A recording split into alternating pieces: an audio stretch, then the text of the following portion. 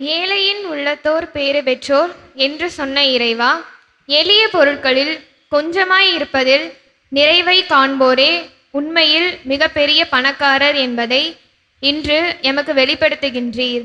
இறைவனையே ஆதாரமாக கொண்டு வாழ எம் திரு அவை தலைவர்களை ஆசீர்வதிக்க வேண்டுமென்று உம்மை மன்றாடுகின்றோம். ஆண்டவரே, எங்கள் மன்றாட்டை கேட்டருளும். கனிவுடையோர் பேறு பெற்றோர் என்று சொன்ன இறைவா, கனிவும் மனத்தாழ்ச்சியும் கொண்டு இறைவன் வாக்களித்த நாட்டை உருவாக்கிட நாட்டு தலைவர்கள் உழைக்க வரம் தர வேண்டுமென்று இறைவா உம்மை மன்றாடுகிறோம். ஆண்டவரே, எங்கள் மன்றாட்டை கேட்டருளும்.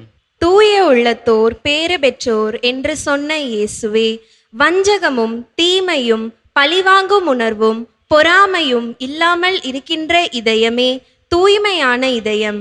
அப்படி ஒரு இதயம் கொண்டவராய் எங்கள் இளைஞர் இளம்பெண்கள் வாழ்ந்து தூய்மையான உள்ளத்தோடு கடவுளை காண அருள் தர வேண்டுமென்று இறைவா உம்மை மன்றாடுகின்றோம். ஆண்டவரே, எங்கள் மன்றாட்டை கேட்டருளும்.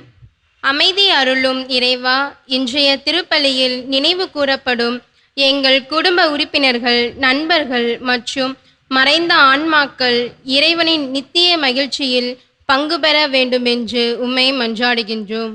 ஆண்டவரே, எங்கள் மன்றாட்டை கேட்டருளும். ஆசீர் வழங்கும் இறைவா, மாதா தொலைக்காட்சி வழியாக இந்த திருப்பலியில் இணைந்து ஜெபிக்கும் இறைமக்கள் அனைவரும் ஆன்மீக பலன் பெற்று குடும்பங்களில் சமாதானமும் ஆசீரும் நிறைய இறைவன் அருள் தர வேண்டும் என்ற இறைவா உம்மை மன்றாடுகின்றோம். ஆண்டவரே, எங்கள் மன்றாட்டை கேட்டருளும்.